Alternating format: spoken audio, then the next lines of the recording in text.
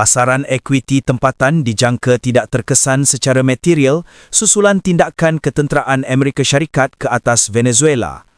Operasi yang pantas dan khusus ini tidak menimbulkan konflik berpanjangan. MBSB Research menjelaskan kepantasan operasi AS telah meredakan kebimbangan terhadap risiko geopolitik yang lebih besar.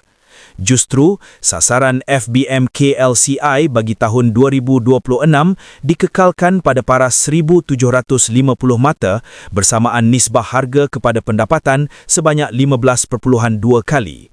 Sebagai negara pengeluar minyak, Venezuela berpotensi mencetuskan gangguan bekalan yang boleh mendorong harga minyak lebih tinggi. Keadaan ini dijangka meningkatkan minat pelabur terhadap kaunter berkaitan tenaga dan komoditi. Venezuela merupakan ahli BRICS dan pembekal minyak utama kepada China. Sebarang perubahan dalam lanskap politik negara itu berpotensi mencetuskan tindak balas daripada kuasa besar lain seperti Rusia dan China. MBSB Research turut mengingatkan bahawa konflik ini boleh menjadi pencetus kepada ketegangan geopolitik lain di peringkat global, termasuk risiko konflik Iran-Israel kembali memuncak.